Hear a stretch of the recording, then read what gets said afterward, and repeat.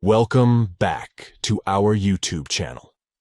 In today's video, we will provide you with a full guide on how to enable auto-delete messages in Telegram.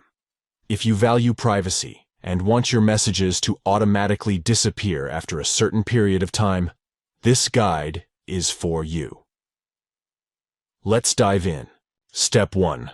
Open the Telegram app on your device. Step 2.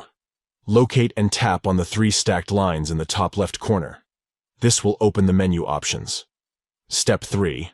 From the menu, select Settings and scroll down to find Settings and Privacy.